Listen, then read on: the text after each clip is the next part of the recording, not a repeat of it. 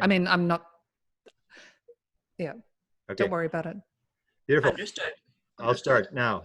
We'll go 3, 2, 1. Good afternoon, good evening, and to my guest, good morning. This is Grant Cameron, and I want to welcome you to my podcast. I want to thank you for taking time from your valuable schedule to join me here today. I have a very special guest. I've looked forward to this interview for quite a number of weeks, and I'm joined by my assistant, Sinead Wilnahan from Toronto. Hello, Sinead. Hi, Grant. It's nice to be back. You know, I have not been able to join you for a bit, so it's really nice to reconnect, and I'm glad to be here. Thank you for having me for this interview. Also, I'm looking forward to it. Beautiful. You're an educator in Toronto with special needs students, and you had a tough year, and then you got the last couple of weeks you've been out at the cabin, and I guess you enjoyed it. You're close to nature. That's your passion, correct?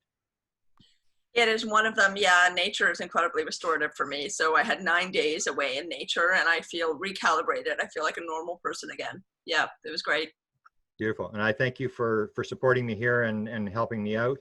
And as a segue, you have your passion of nature, and I have a new passion of children with blindfolds, which I appreciate the fact that you may get involved in this, because I think this is extremely important to understanding how consciousness works. And I thank you for that and for supporting me on my my journey, and whatever I can do to support you, I will do.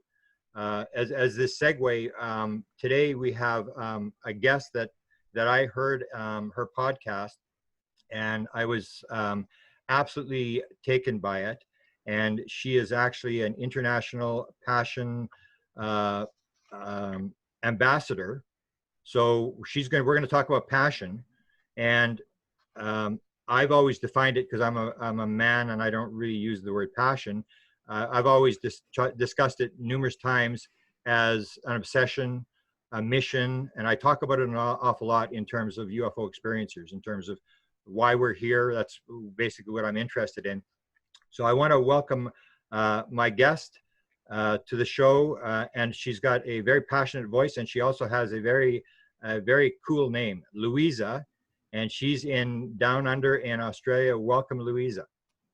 What a beautiful introduction, Grant. Thank you. And Sinead, thank you so much for having me on the show. I'm very excited to be here. Beautiful. The reason I have you on here, and I explained this a little bit to you before when my computer was acting up, is that I wrote a book called Contact Modalities, and in there I look at 70 different modalities that people can get into the field to talk to spirit guides, to talk to God, to you get into the Akashic field. And the modality that I use is to walk. That's how I can shut my left brain down. And the way I do it is I load podcasts into an MP3 player or into my cell phone. And I had loaded a bunch, and usually I'll use code words like consciousness, near-death experience, out-of-body experience, stuff like that. And I listen to these. And I actually got one of your podcasts the one day, and when it was over, I went like, wow, this is a good interview. And I didn't know who you were. And so I went to your podcast thing, and then I go, well, this is a cool interview. And I loaded this one, I loaded another one, another, and I loaded a lot of your things, and I went through. And I can say I've listened to a lot of your podcasts, now maybe not all of them, but I've listened to quite a few. There's only 2 that I really didn't sort of associate with. But that became my passion, as I said, I need to help this woman share her message, because that's basically what my podcast is to, when I hear something really interesting, or I hear a really interesting story, I say, rather than emailing all my friends and telling them, I say, you got to hear this story. And I have a lot of subscribers. So basically your message is something that I wanted to get out to people. And so you did an interview. This is how we'll start here. You did an interview with Chris Grescom, I think and that's one of your favorite writers. And she said that we basically come into the world with a theme, and that you come in to bring a gift to the world. And I would imagine you're going to say that passion is the theme that you have in this life, and that this is maybe your gift to the world. So I want to ask you to define for listeners what is passion? Why is it important? And then go to your how you get started on your podcast. And I need you to, I mentioned I wanted you to say this, is I wanted you to describe your podcast, but say it the way you do when you open your show. You want me to say that first? Yeah, well, yeah.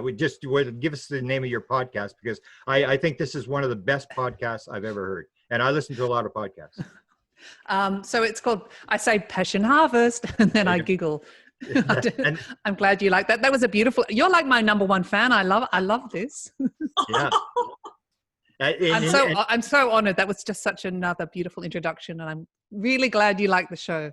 Oh, and especially the introduction, because when I heard you say that, the Passion Harvest, it's like, I'm thinking like, they should make this into an alarm. You know how you have an alarm goes off and it goes, meh, meh, meh, meh, and you get up and you figure like the world's coming to an end, we're getting bombed or whatever, and you're all shaking or whatever. And to have that start your day, I just thought it's just such a unique way. And then at the end, I want you to close the show with how you close the show, because it's something that rings every time I hear it, that it's so wonderful. But describe the passion thing, and why it's important, and why you've dedicated sort of your life to, you moved out of the corporate world to do this. Mm-hmm. Passion, and as you mentioned before, you can use many names for passion. Passion is freedom. Passion is abundance. Passion is your soul connecting with you. Passion is joy. Passion is light. And passion is really a gift that we were given, if you want to talk about pre-earth realms or before we came to this life. That childhood delight that leads us on the path of what we're meant to be doing here. Joseph Campbell always says, follow your bliss. And I say to everyone, if you follow what feels good, you can call it passion. If you follow what feels right, those little breadcrumbs on the way, the universe will support you. The universe will bring you more joy and bring you more passion and bring you more happiness. And you might not you might not end on the same trajectory that you started. Two roads diverged, or many roads diverged, but it will always support you. It will always bring you to your best and highest good. Yeah. That's passion. Sinead and I are both big fans of Bashar. Have you ever heard the channeler Bashar? Love Bashar. And he talks about that. He's got these very basic rules. Live to your highest excitement. It's almost like the idea where what's going to be the most exciting thing to do for the next 5 minutes. And that's what you do. And then 5 minutes later, you reconsider what's the most exciting thing to do. Okay, you do that. And you just keep going through. And it's very simple. And that's coming from like supposedly an alien from the future. And so it's that idea. And my passion was things that happened to me in terms of, the way I started was I had a UFO sighting, which I had no interest in. And when I saw it, I wouldn't call it passion. I just said I fell off the edge of the earth. All the people that I was with, I could have cared less. And I just went, what? This is for real? And so I got obsessed with it. And so I ran that. Now, how did you get to doing the podcast? Like maybe go through your career, because your podcast has basically the same sort of viewers that I have, where you're into consciousness, near-death experience, what's life all about. And that, for my long career in ufology, has basically come to that, where now I'm only interested in one question: is how does reality work? What did you come into the world to do? And what, are you doing it? And, answering the question when you leave, how did it work out? Because that's all I think they're going to ask you. So how did you get to the podcast? And I'm interested in how you got your guests, because the one guest that really threw me, and that's when I said, I got to interview this Luisa, was you did an interview with a woman from where Sinead lives in Toronto. And this is the woman with the 5 near-death experiences. Mm-hmm. And when I heard that, I said, where did she get this from? I should have known about this woman. And you had these guests. So explain your why you did the podcast, and then how you get your guests, or what your focus of your podcast is. Okay. So I won't go back too far. I'll just give you a brief sort of summary. In 2018, I'd been married for many years. I had 2 older children, very unhappy marriage. I was working in a corporate role, quite a high-up corporate role. And I always say, you know, if you don't listen to your guidance or listen to your passion or what feels good, the universe has a funny way of pulling you and kicking you, screaming to what you're meant to be doing. So I was in my corporate role, and I think I said on my last interview, I started listening to Abraham Hicks, who is a beautiful segue into other dimensions and all things spiritual. And she said, she talks about doing what feels good and meditate 5 hours a day. And she talked about source. And I thought, well, who's this source? And, you know, and then it started from there. So at lunchtime, I would leave my office and go to the park across the road and sit in the sun and put my face to the sun. And actually I was meditating, and closing my eyes. But in case any of my other colleagues saw me, I would just pretend that my face was in the sun in case they didn't think I was too weird. I was a bit worried about that at this stage. And I soon realized after a few weeks that sitting in the park was the happiest time of my day. And I picked up, one day I picked up a gum leaf that had fallen on the grass. And I thought, this is just going to be my memento, my memory. And I dragged my weary body in the morning and back from the park after lunch to my lovely office, and I took the gum leaf and I hid it behind the back of my monitor just again so no one thought, why has she got a gum leaf? She's rather peculiar. And my life started changing. I started disassociating myself from my colleagues, and I just realized I couldn't do this. The life I wanted for myself was so much greater than the life I was living. And as I mentioned, the universe has a funny way of bringing you challenges and pulling you kicking and screaming to where you're meant to be. I was asked to leave the role, and as I packed up my office, that leaf that had been there probably for another couple of months was dried and shriveled. And the only thing that was important to me in that beautiful office was that leaf. And I realized, you know, Luisa, you're so silly. How could you not have seen that if you had stayed in this role, if you'd stayed in the same life in general that you're living, you probably would end up like that dry, shriveled gum leaf. And I walked out. I was terrified after I'd left the role. I walked out of the office and thought, this is the best thing that's ever happened to me. And I had no idea what I was going to do. Gifts and things started happening to me. I started doing meditation, but I realized I wanted to learn about spirituality. It was almost like I'd been asleep for 20 years. And I couldn't read as many books, and I couldn't learn as fast as I could. And I thought, oh my God, I've got to speak to amazing people across the globe, people who are living a passionate life. And not only that, I can share it with the audience. And I really wanted to give back in some capacity, and I got happy, and I wanted to share to people who would wake up like me once with their weary body and drag themselves to work, that life doesn't have to be like that. I'm not saying give up your day job, but this life's so beautiful and life can be so wonderful. And we live in these sort of narrow patterns that we're too fearful or too scared to leave. So that's how Passion Harvest grew. And yes, I am living my dream life. And yes, it's one of my passions. I do have other passions, and I always say passions evolve. So, and you have to know your passions. You need a target. The universe can't help you unless you are very clear on what you want. But my passions change. And once I've achieved that passion, I'm on to the next one. Or I'm not fixed on the passion. As I said, what feels good, you might be followed down a different route. So that's kind of how Passion Harvest began. And it's been a wonderful joyride. Beautiful. Can I ask you a question about, you're talking about like how life unravels. Do you believe that life is that you plan to, when you come into the world, to do certain things? And it would be, you'd say maybe that it was going to do a podcast. Yeah. Okay. But are the bad things that we happen to our lives, are these things that we sort of plan for, in terms of, like, sometimes people will think, okay, we're looking at our soulmate who we're going to ride off into the sunset with. And a lot of people in the sort of the mystical world will say, no, your soul guide is actually your ex-husband or your ex-wife that really sort of motivates you and gets you moving. How much do you believe life is sort of planned before, or do you believe in sort of more of a random world where things are just sort of happening? Oh my God, that's so many wonderful questions all in one. I'll start with I changed my life. I started building a business and a life I wanted because I got happy.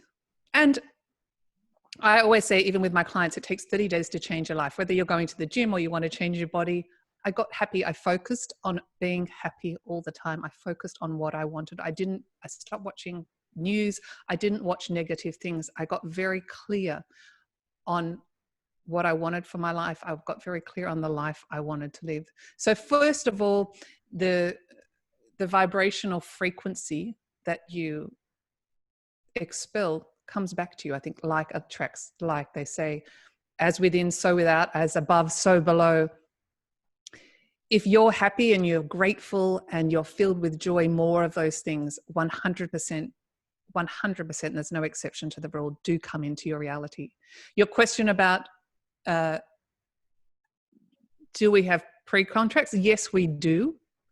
This is just my opinion. Yes, we do. I know with my ex-husband, it was a very karmic relationship. I actually asked about it and I saw in a past life that, well, nothing's bizarre on this channel, but I was his husband and he was my wife, and I was a very bad husband. And it was a very karmic relationship, that relationship. So that was predestined. Also, he was honestly the best teacher I ever could have. Probably not the nicest teacher, the best teacher. And I'm utterly grateful that he taught me that, unless, maybe I'm a bit lazy, but if I wasn't pushed and pushed and pushed, I would never have jumped. I would have never taken that leap to get happy and follow my passions and realize that I'm worthy. He taught me that I needed to stand up for myself, and I needed to be Luisa, and I needed to come here to what I was meant to be doing. And I wouldn't be the person I was without those experiences. Having said that, also another very important thing I say is also, if you're still a victim, see, if I blamed him, or I was regretful, or if I was angry and I didn't want the best for him, I would never be free. Only I chose my freedom. I was always free in a very unhappy marriage, but I chose not to be free. I chose to give away my freedom. So it's really important to be grateful and move on with your life 100%. Otherwise, you'll never be free. And everyone wants freedom and everyone wants happiness. And the final answer to your question is, now in my life, do I believe anything? I'm going to go do #bad. Well, conflict and contrast always come, but I honestly believe the happier you are, the more happy things come into your life, the more positive things come into your life. It is the law of it. We live in a magnetic universe. It is a law of attraction. So I know if I'm in a really bad mood, I think, Luisa, shit, change it quickly, get happy, think about something else. And I switch, of course I'm human. I might get upset in a traffic jam. I don't have conflicts, but I think Luisa changed because you want your next moment of reality to be happy. You know this stuff. So happier you get, the happier your life is. Beautiful. If that makes sense. Yeah. With all those questions. Yeah. The reason I asked is you had a Natalie, who was I remember the girl from Iraq who had the bomb go off under her truck. Yes. Natalie Sudden. Yeah. She had this sort of a dark humor where I remember she was talking, and that's sort of this idea where we look at some of the things that happen that are bad to us, and actually they are things that we choose. And remember she talked about how she had the near-death experience, and she's coming back in, and her soul guide are just above the truck or the armored personnel carrier, and they're laughing about what kind of injuries do you want to have and stuff like that. And so it's the idea that we sort of see things as bad, and yet some of the bad things are the things that sort of open us up. And the one that I was interested in, some of the interviews you've done, you talk about this illness that you had, and when you were a child, and that is sort of gets into where you become psychic, or you have this sort of event. And Sinead also had this event, and this idea of that Diana Hennessy Paul brought up, who you also interviewed. I love her. She's an amazing woman. Is the idea that trauma, and that's one of the things I brought up in the contact modalities, is that trauma is one of the major things that opens the veil for people and puts them on the other side, where they sort of become psychic, or they like UFO experiencer people. they have a very traumatic experience, and almost all of them are psychic. Half of them can heal people. Just you see this kind of stuff. So can you talk about your childhood illness and how that sort of influenced your life and how things changed after you came out of that experience? It's funny talking about that recently. I said to Sinead before the show, I have the worst memory. So I must have been around 10. I contracted measles and German measles. My parents were wonderful, and I completely agreed with them. They don't believe in immunization, and I was very sick. I must have been sick for 10 days. In fact, I spoke to my sister about it the other day, and she said, I've never seen anyone so sick. I don't remember all of it. I remember snippets of it. I remember my father carrying me to an ice bath to try and bring my temperature down. I don't remember day and night. I think I said in another interview, all I wanted, and I couldn't eat. I couldn't even drink. I remember one of my sisters having a wet cloth, and that's basically all I could do was suck the water from the cloth and wet my lips because I vomited up. I couldn't even take in water. And all I wanted was, I kept saying, please bring me spaghetti bolognese sandwiches. Please bring me spaghetti bolognese sandwiches. And they would always say, okay, we'll just get them from the kitchen. And I remember they never came and I was starving. But I do really recall lying in the bed, and it got too much at one stage. Time morphed. It was just this passing of days, and I think I was basically conscious about 2 weeks afterwards. My body would get very, very, very big, and then tiny, like a little pinprick, and it would keep going, and it was almost too much at times. That's what I remember very, very clearly. And I think I was saying to someone, I don't want to be small anymore. I don't want to be small anymore. And I get really, really big and really small.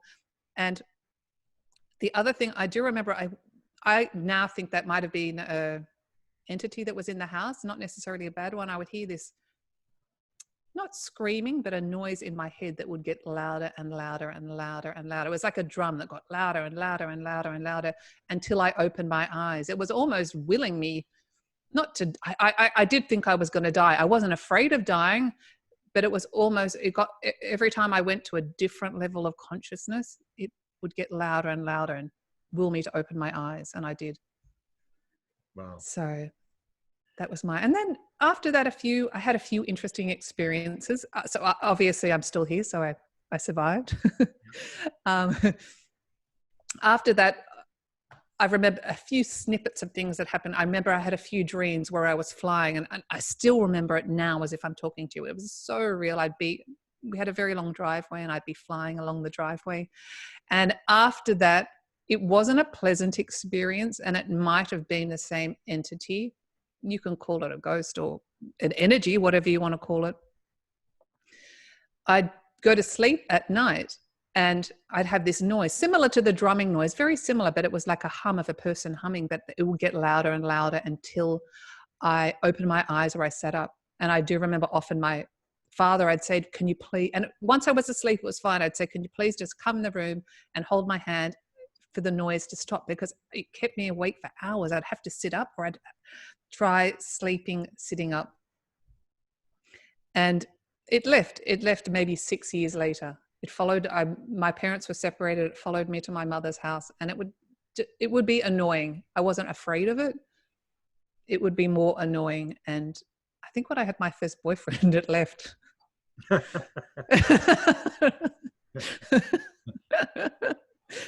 And so you become psychic. Is that when you sort of pick up the psychic, or were you psychic very, very young? I love how when you emailed me, you said I'm psychic. I don't consider myself one of those psychic people. I consider myself open to possibilities. But you can call me whatever you want, though. Yeah, you the idea is you're sort of in the field that you can pick up you mentioned before we started downloads and stuff like that. Like I do it through walking, but I think you use meditation, and you can actually, talk. Are you talking to spirit guides, or where do you think the information is coming from in terms of material that you get? So, and I would call it noetic material. So it's not something that you learned in school. It's just something outside the field that it comes with absolute certainty, which is usually a pattern, and it's not something that you got from someplace else. It's what they would call noetic. Yes. How do I access it? I mean, obviously, I'm living one of my passions in my dream life, and I get to speak to all these amazing people all the time, like both of you.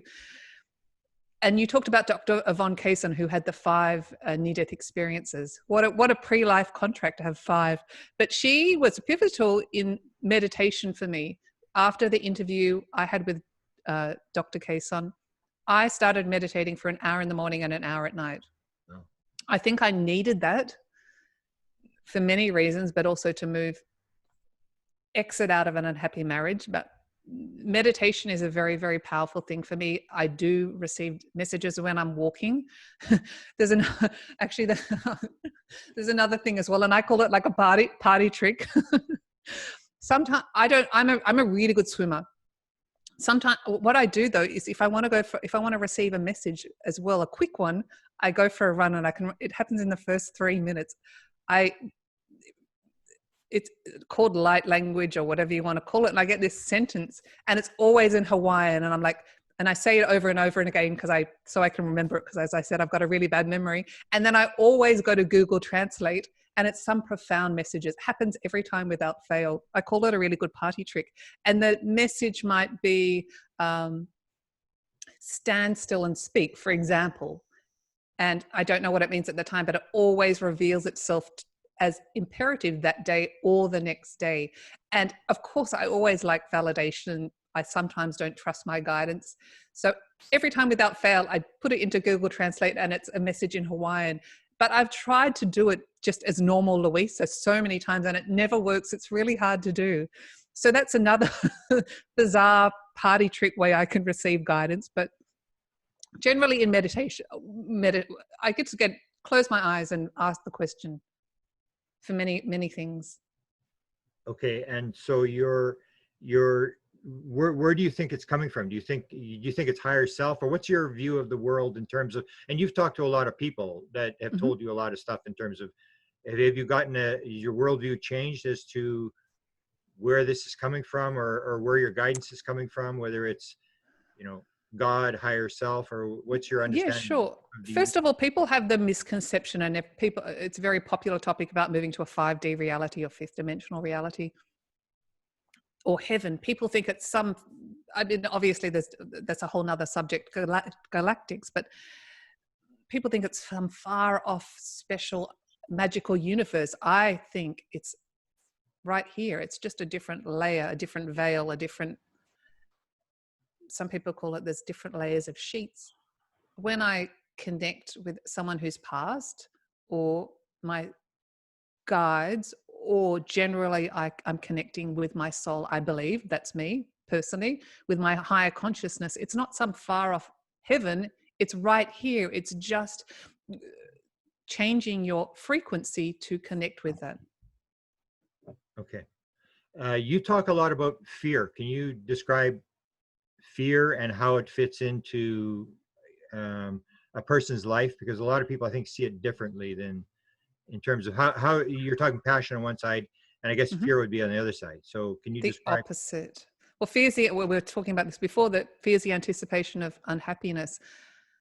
I can speak from experience. I lived in fear for many years during my marriage, fear of getting divorced, fear of being a single mother, fear of not having enough money, fear of being unworthy. And I said before, fear is the destroyer of dreams, and fear stands for FEAR, false evidence appearing real. And I think of that often whenever I get fearful, and it very, very, very rarely happens. Fear is the veil. People call it the veil, what's holding us back. If we weren't fearful, how joyful and wonderful would we be? Obviously, you have your different fear. If it's a physical fear, that's a different fear. But we have all these preconceptions that our future might be worse than the present, if it could be. And if you believe the premise that we do create a reality, we're creating our next moment of reality that's not better than the now. So it's easy to say, well, don't be fearful. Last year or the year before, I had a teacher, I was learning channeling, and I spoke to her about my fear of leaving my husband, or being poor, which is not real anyway. And she said, but what if you were? Well, think about it. Let's analyze this. What would happen? And I said, well, I don't want to be poor. And she said, well, what would happen? And I said, well, I don't know. I might not have enough money to buy milk at the shops. And she said, is that going to happen? I said, no, not really. And she said, even if it does, is it the end of the world? You might be a happier person. And I said, you're probably right. And I saw her, I think, once a month over 6 months. She wasn't even my psychologist, but she kind of turned out to be like that. And as my life changed, and really important again, I got out of victim mode and I got happy. She said to me one day, how's your fear? And I said, oh my God, I'm not fearful anymore. And it was like this incredible weight, this heaviness, this density had been lifted off my shoulders. It was amazing. And I just wasn't fearful. I just wasn't fearful about the future. I knew and I trusted in the universe, and I trusted myself, and I trusted that everything was going to work out for me. So it's easy to say, don't be fearful, even though it's so irrational. But I promise you, once you remove the fear, it's so liberating, so liberating. Can I ask you about synchronicities? Is that part of your life? Have you had synchronicities that sort Always. of? And so how do you interpret? There's a lot of interpretations. And can you maybe define a couple of things that have happened that? Yes. God, I'm thinking, where do I start? Because I've got so many. I don't believe anything happens by accident. Okay. Nothing happens out of the oblivious. Everything happens for a reason. Synchronicities and guidance is happening to us all the time. It's just if we want to take note of it. I can give you the Edward story, for example. Yeah. Well, do you want me to talk about? Yeah, that's the sort of the time thing. I was going to ask you about your concept of time, because you have this future vision. Mm-hmm. I guess you call it future vision. That's an interesting story. So you have to tell that story about the synchronicities. That's a fascinating story. So this is utterly real.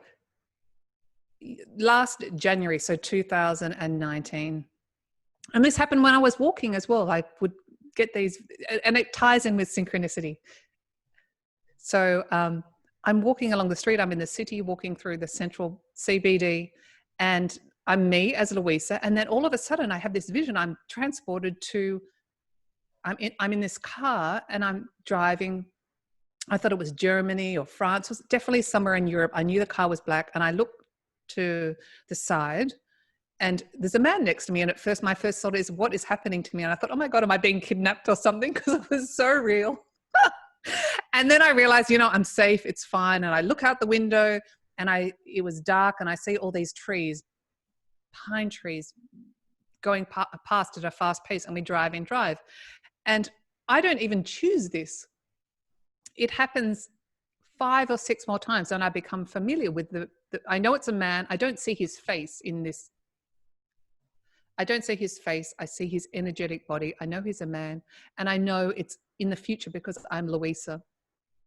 And I now know, and I'll mention that later in the episode, we can't go anywhere. We can't transport our physical bodies. We can't go on the astral or other realms, whatever you want to call it, or the etheric level, unless we know the vibration of it. So unless I'd known this person from a previous incarnation or a pre-earth realm, I couldn't have gone there. I don't believe we can make anything up. I don't believe we can think of anything if we don't know the vibration of it, if it's not real. What is real? So anyway, this happened 6 times over the period of 6 months. I'm just guessing here because I told you I've got a really bad memory, but it was very real, and I became very familiar with him, and I knew in some capacity he was a lover, or it was a romance. And then one day we arrived at the house, and I realized we were going home, and I was never in the car again. So the next time I could be walking or I could be in meditation, I was transported to the house. I was a soul, he was a soul. I knew he didn't consciously know that I was there. I wasn't a stalker or anything. I didn't even choose to go there. I was just transported there. And I could float and wander through the house, almost like I was scanning the house. And it sounds weird. I rested as a soul in a cupboard. But even though I was in a cupboard, I could see everything in the house. And I would often see him, and this probably happened again 6 or 7 times. I got to know his soul very well. I could see him opening all these cupboards looking for me. He wasn't calling Luisa, but he was calling me, calling my soul. I couldn't call out to him, but he could never find me. Then one day he opened the laundry or the linen cupboard and a cupboard and looked up and saw my soul. And if we had eyes, our eyes would have met. And I knew then that he would come and find me. We would find each other's soul in this lifetime. So this is end of last year, December, I think. It was very, very clear. It was like, I've seen you, I'm going to come and find you. And then maybe again 5 or 6 times I was transported randomly. This is like randomly as I'm in meditation or walking down the street or asleep to his bedroom, and he would, his body as the man he is, I only saw his energetic body. He was asleep. I knew he was asleep. And I would go to him, and I called him Edward. I knew that wouldn't be his real name, but I called him Edward. I would kiss him on the cheek and I would say, Edward, come and find me. Come and find me. And then I'd curl up and go to sleep next to him.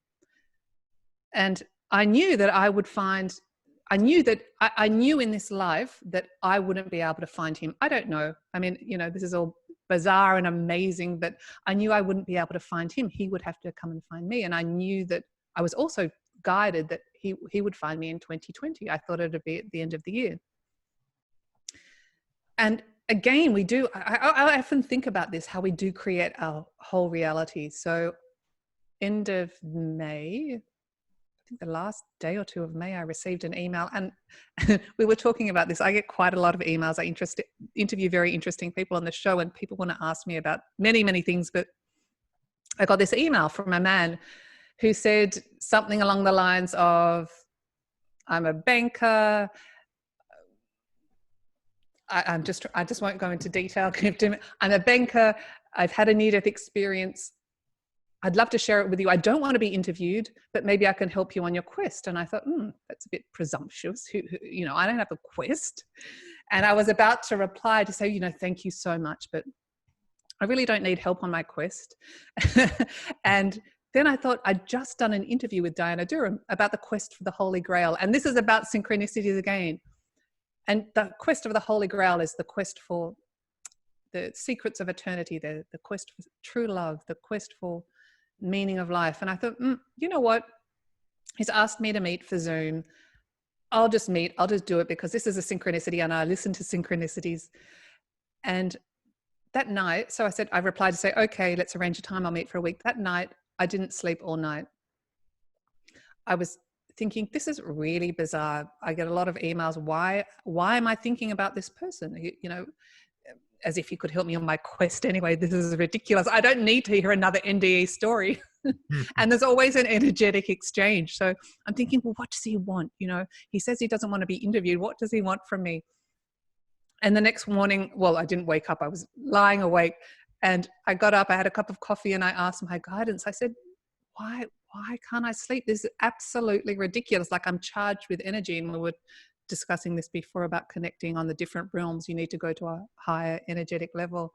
And I asked these questions. I said, you know, is he bad? Should I not meet with him? And then I asked, now, maybe I'm a bit of a slow learner, but now they give me the questions to ask. I don't know why. That's just how it works sometimes. And I asked the most ridiculous question of all. And I said, is this man Edward? Thinking they're going to say, of course not. And it came back as yes. And I said, oh my God. I asked about 20 more times. And I said, it can't be. Luisa, you know, they're not guys. You're just making this stuff up. And it kept coming back as Edward. So I thought, what am I going to do? And we'd agreed to Zoom meet a week later. And I literally hardly slept. I was trying to be cool, of course. I thought, you know, of course I can't tell him. He's going to think I'm an absolute weirdo. I've connected with his soul. I've been stalking him. I didn't even choose to go there. And I didn't sleep, literally didn't sleep for a week. We'd agreed to meet on Zoom. And the day before we'd agreed to meet, I received a message from his soul. It's interesting. I can talk about how you connect with souls later, or I don't even know how I do it. They just talk to me. And his soul said, you wanted to know what the energetic exchange was, because even so, though someone says they don't want anything, there's always an energetic exchange. And you need to tell him what you've seen. His soul obviously knew, his consciousness didn't know. And I knew that. You need to tell him the story, and you need to say, his question is, were you the soul or the person I saw in the cupboard? Were you the person I've been searching for? And you have to answer yes.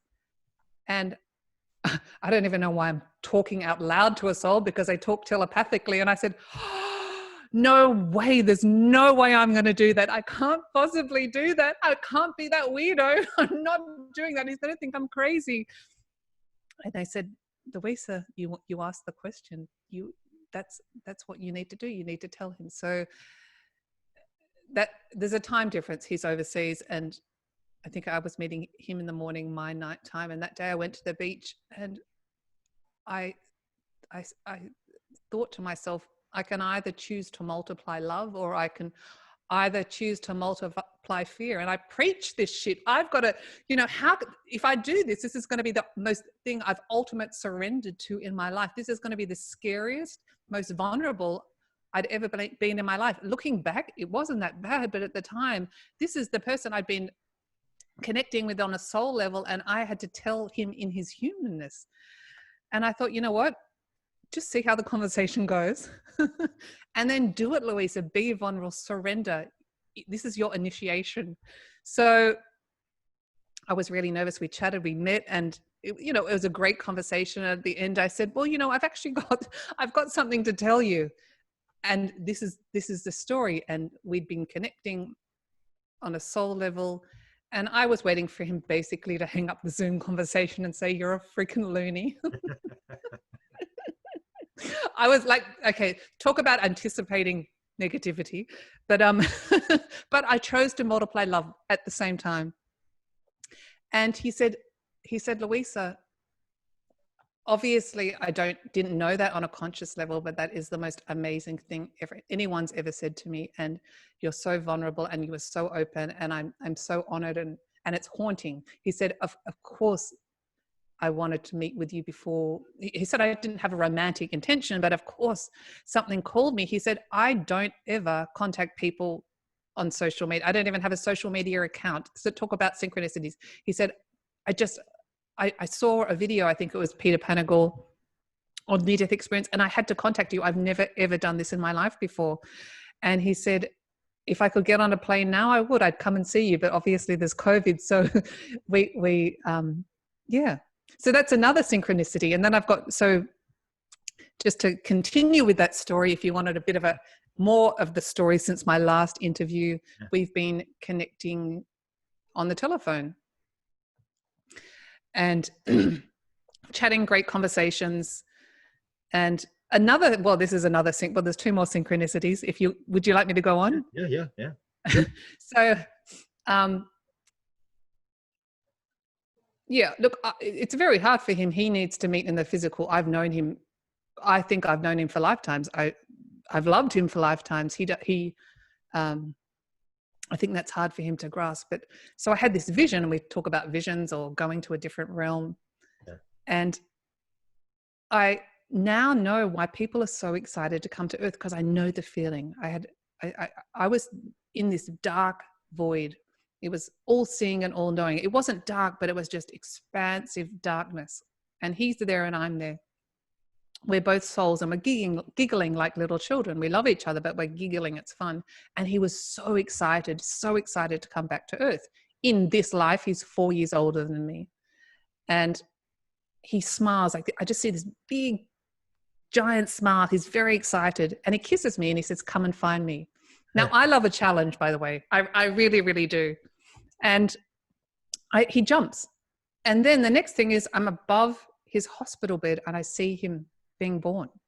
Wow. And I see these snippets of his early life. And I knew that I was his guide, or one of his guides.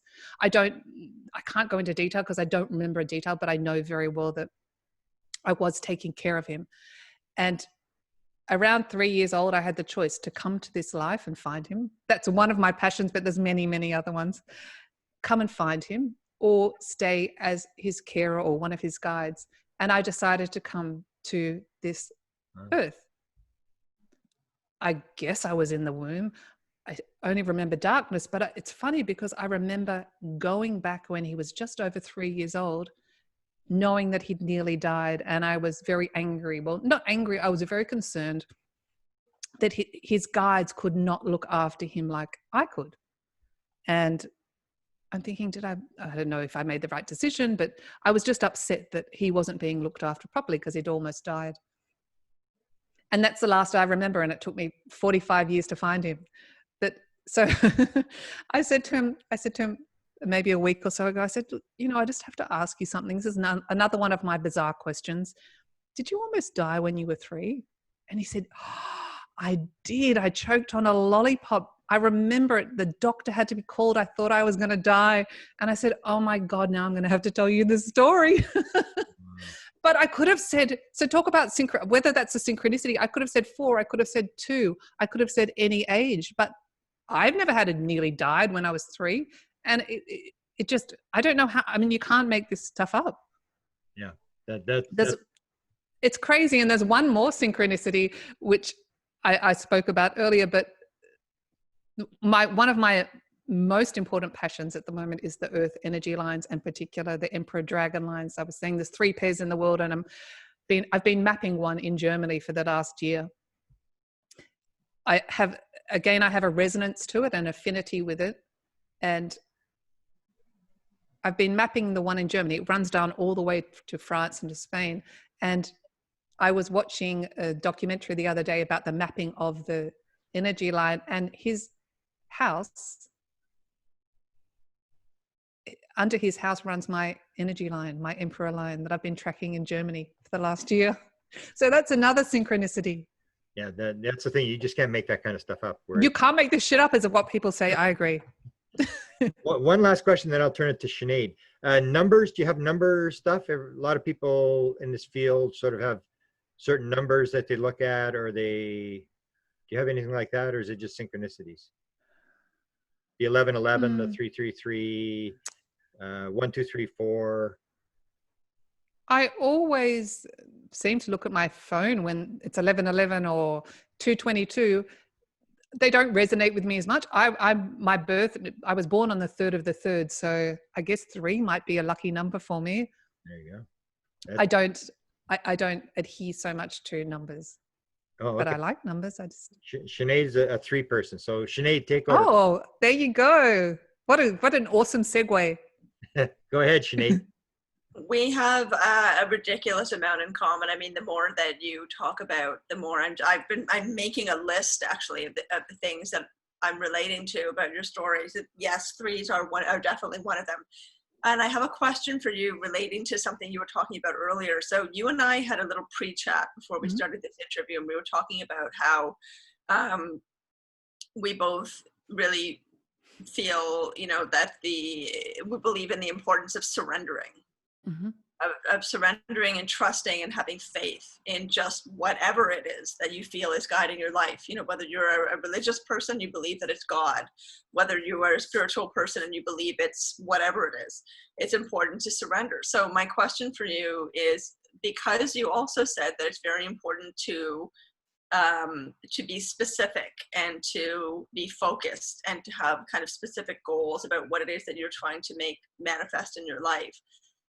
When do you know when to surrender and to just succumb and let yourself be guided and let yourself be led and trust that you're going along your path in the way that you should, because you're being pulled along it in a way that you are, positively succumbing to? And when do you know to be specific and to choose a really clear goal and to focus on that? What would you say about that? There may not be an answer, of course, but I just thought I would phrase it like that. That's so many questions my brain's just trying to wrap around. Number 1, do it when it feels good. You can have and I also say you can have, for me personally at the moment, if I'm scared of doing something, I usually try and do it because I like to overcome my fear. That's just my crazy personality. You can have an end goal, whatever the end goal might be. Sometimes we get too lost in the details of it. Sometimes we think, well, I'm going to get it by this and I'm going to do this. And that can stuff it up. That's kind of why I'm asking. That's kind of why I'm asking, right? Because sometimes people get far too specific and it prevents them from seeing other possibilities. But then it's also important to just surrender and not be too specific. It's really hard. I mean, I've always said, and I don't want it anymore. I've always said I want an Excel spreadsheet of the rest of my life. And freaking hell, we have to surrender. And I've learned to surrender as well, and how important it is, because I don't have a choice. I don't have a choice except to trust. We can't control our lives as much as we wish to control. In our humanness, everything that happens. I mean, look at the current situation in the world. We can't control it. So really the only thing to do is surrender. I would say get very clear on the end goals or the goals that you want. Don't be so focused on how you're going to achieve them, and only take inspired action when it feels good. You might have an end goal and it might not be the end goal, but usually, and this is what happens to me all the time at the moment, what manifests is far better than what I imagined. And that's the path of surrendering. So not getting too lost in the details, because I feel that that's how you get lost. Just let it go. I'll give you my analogy, and that was my swimming analogy that I spoke to you about before. I love swimming, and I'm an ocean swimmer, but I'm terrified of the wildlife, or terrified of sharks. I'm a good swimmer. I really like swimming. So what I've been doing lately is swimming the bay alone. I go from point, which is about, I don't know in miles, but it's about 1.5 kilometers. So it's about 3 kilometers there and back. The first time I did it, for the first 10 minutes, I was absolutely terrified. And I'm thinking, Luisa, don't think about the sharks. Don't think about the sharks. And then I'm in the middle of this ocean and I have nothing to do about except surrender. I don't think about getting from point to point and back. I think about the end goal, like, yes, I want to get back on the rocks, but I don't think about the journey. I allow the journey to unfold itself. I keep swimming. I delight in the beauty of it. I trust that the currents and my arms and my legs are going to be kicking to take me there and to take me to my end goal or my end game. And I do it because it makes me so happy and it fills me with such joy and a little bit of fear, but I'm in this expansive universe and I might see fish and hopefully I won't see sharks. I wouldn't mind a dolphin or a whale, but I just allow it to happen. I keep the motivation. I keep kicking and I keep moving my arms and I delight and wonder. And I know I'm going to get to my goal at the end of the day. And every time I do it and I get out alive, I don't think about sharks anymore. There's no fear. It's amazing when you repeat something, the fear goes, but I always walk home. I'm so happy. And I just think, how could I ever not do that? How silly I was once to be so afraid. And I'm so happy when I do it. So that's just an analogy of looking at the end goal and not knowing the intricate steps of how you're going to get there. I love that. That to me fits really, really nicely. The segue of those, I mean, the symbiosis of those two things together. That was helpful for me. So thank you for that. Oh, thank you. And I have Thanks for asking the also. question. Well, you're very welcome. This conversation is wonderful. One thing that I really related to that you said in your interview with Patrick Herbert back in June, I think I mentioned this to you in our pre-chat also, is, and this is something Grant and I also talk a lot about, we connect a lot about this, is how incredibly important responsibility and accountability is in spiritual development and in connectivity, right? That you have to own where you are in order to free yourself up from it at the same time. So you said something that I really liked. You said that you were talking about, again, earlier on, a few minutes ago, you were talking about escaping victimhood, like recognizing that someone is in, that I am currently in a state of being a victim, and then recognizing that that's what it is and wanting to come out of that and wanting to leave this unhappy marriage that you had and this corporate job that you had that was also making you very unhappy and wanting to change your life. And you were talking about how you made a commitment to be happy, right? You made that a practice. That was your main practice in your life. But the way you phrased it really stood out to me because you said, I took responsibility and I got happy. And you said, I took responsibility and I got happy.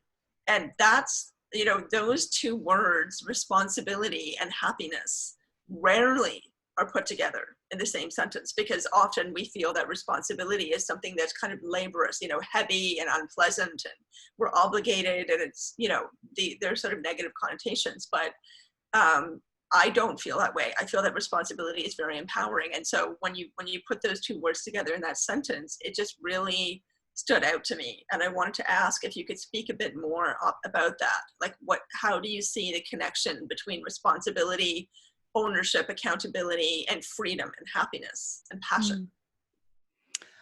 Well, they're two very powerful words, and they're two words, if you,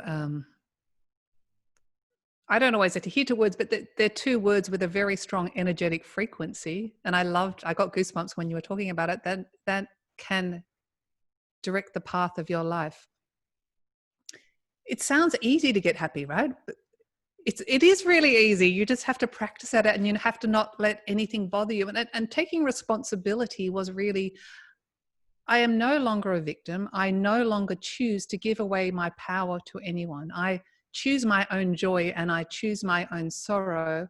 And if I allow something, if I do create my reality, if I allow an external person, a thing, or a belief to dictate my life, then I'm giving away my power. Then I can't move forward without that person or that belief or that thing to have an impact on my life. So if I wanted to be the author of my life, if I wanted to be the creator of my life, if I wanted to re-edit my life, I had to take my story back. I had to write my own story, and I had to rewrite it. And anyone can do that. Anyone has the power to rewrite their story. Yes. Yeah. I mean, this is something Grant also has spoken about, that, when you were sort of touching on that earlier in this same conversation, that, we make an agreement to take on what occurs to us in these lifetimes. We agree to learn these lessons. We agree to be in these challenging or difficult situations, as well as positive and happy ones, to learn the things we need to learn in order to evolve. Right. And I so related to when you said that, and the theme of empowerment as it relates to excitement, to passion, and to freedom. It's all correlated. And I wanted to ask you, please speak a bit more. Stories are interesting. I look at my past like a movie. I don't really dwell much, whether it was good experiences or bad experiences. People often dwell in the story. They dwell in the reality of what is now, and they get so caught up in the story, they lose their ability to edit and create this story. If we live in a hologram and we live in a mirror, I liken it to, and I very, very rarely get upset, except with my children who drive me crazy sometimes. And I think, Luisa, this is a story. This is not real. Don't get so caught up in the what isness of it. Don't keep reliving your past. It's the past. It's a story. It's nothing more. Of course, our stories make up who we are. And of course, the stories and the conflicts along the way potentially are the greatest teaching tools to make us who we are now. But we're in the now. We're not, people live too, and I've talked about future memories, I know, but people live too much in the future. But many people live so much in the past, and the past creates fear and regrets. And if you don't want that, don't keep recreating the story, or create your new story of what you want. You are not your story. It's just a story, nothing more. You can be anything. You can do anything you want to be. All you have to do is get happy and don't be a victim and recreate your story. I truly believe that it worked for me. That's my methodology. Yes, I think many people who have found success in exactly that same methodology would be able to validate that. I mean, it really is about how we choose to walk through the world. It's always a choice. I remember that really hitting me, thinking, hang on a second, I have so much more choice than I thought that I did. Of course you're used to, do you want an orange popsicle or a pink popsicle? Do you want to wear this to school or that to work? Or, like these sort of mundane choices that we have every day, that we are taught to believe is choice. But choice goes so much deeper and farther than that, and really can transform your reality. And I really love that you talk about that, not just in your podcast, but, combining it with ownership, you've talked about how you want to walk what you preach, right? Like that what you are telling other people to do, you want to live that yourself. And I feel like you are doing that because you're talking about ownership. You're talking about how to create passion, how to choose it, right? How to choose the freedom. So well, it chooses you. It's already that everyone has access to anything. It's there. It's about following what feels good. And everyone has that incredible feeling that feels good. Your feeling good or your passion might be and probably is very different to mine. But I think talking about what you were talking about before, John Perkins, who I interviewed recently, talks about portals of perception. It's how we perceive things. I'm just going to go back to the swimming. I could believe that I'm going to get eaten by a shark and never swim, well, and not enjoy myself. Well, then I wouldn't do it, and I'd miss a very special part of who I am and what makes me feel good. Or I could think, you know what, I'm going to do this. I'm going to embrace my fear and I'm going to have the most freaking amazing time. I'm going to surrender to the ocean. So it's about how you perceive your nowness. You choose. No one else chooses for you. And what do you think fear is about? Do you think that that's something we completely create ourselves? Do you think it's also external? This could be a very long conversation. That's why I'm asking. Go for it.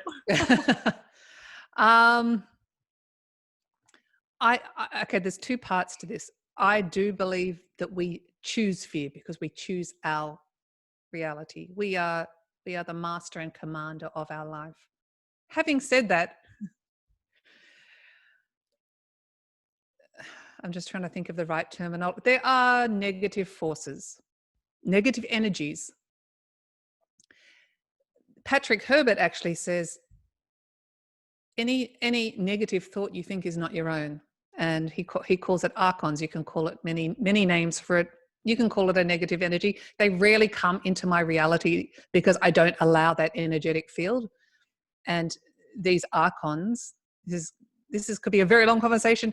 Anyway, the negative thoughts are not your own. So if you choose to dwell in them, if you choose to accentuate them, if you choose to make that the story, because we all create our own story, not only will your energy be sucked, but you're more susceptible to not having a happy life. Yes, so there's two parts. We choose it, we create it, but there are other energetic forces that can try and influence our negative thoughts. So that's something to be mindful of. I could keep going on about this.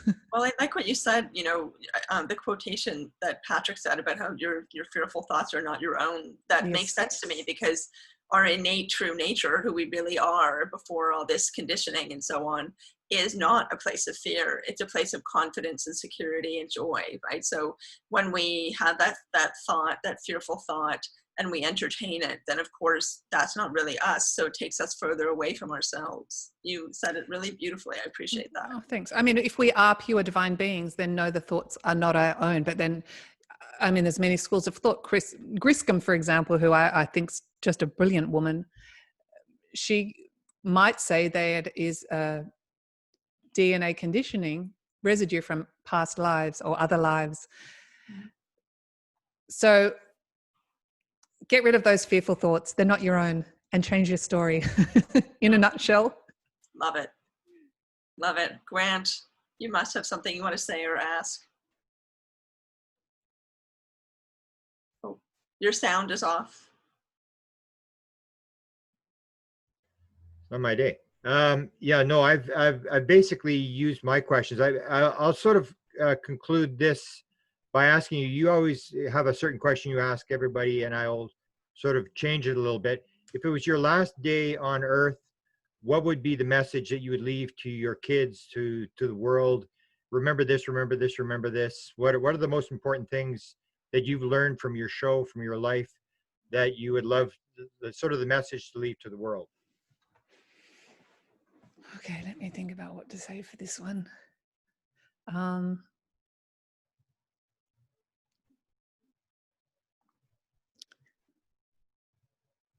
I believe that we live many lifetimes over and over again, but this life is really important.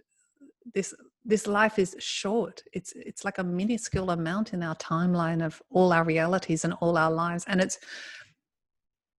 really important to be happy. Don't let anyone ever take away your power, and don't let anyone ever take away your joy. You choose your own joy and you choose your own sorrow. And we all have conflict and contrast, but don't get so absorbed in the story, no matter how terrible it is. Honestly, I think my father says this, and he says, everything always works out for the best. And if you believe that, and if you believe and surrender to the universe knowing, or having the belief that things can only get better and not worse, and things can only be more wonderful than you ever thought, and you trust in that and you surrender to that, life really is a miracle. We are living in a beautiful universe. We're living in a beautiful world, and it's about the portals of perception. It's how you perceive your reality. You create your reality. Beautiful. So Beautiful. You've got what, 86 episodes now that you've done? I don't know. You probably know more than I do. I don't know. 86, and it's called Passion. Thank you. Passion Yes, Harvest. Passion Harvest. And passionharvest.com if they want to get your website, correct? Yep. Or the YouTube is Passion Harvest as well. Beautiful. And I asked you if you could close. Now, I don't know if you've got it written down, but I never close my show with anything, but I love the end of your show. Do you remember how it goes?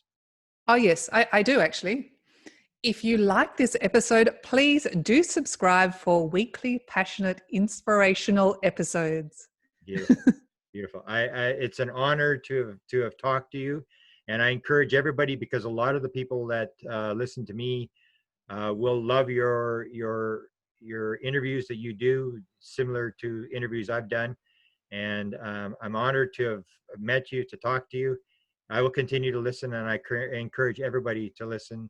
And I want to thank Sinead for joining me here today. And I've got her going already, and I actually have another assistant where I make her repeat it all: Passion Harvest, Passion Harvest. And so, oh, that's so sweet. it's one of the best podcasts, and I listen to a lot of podcasts. Let me tell you, I listen to probably 3 or 4 hours a day. So you do a wonderful job, and I appreciate it. Well, Grant and Shanae, I just want to say thank you. Like, I've had a beautiful experience, and thank you for being such amazing interviewers.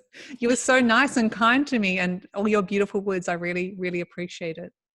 Beautiful. We're really pleased to have you, Louisa. It was a wonderful conversation. Thank you so much for being here with us. Thank you so much.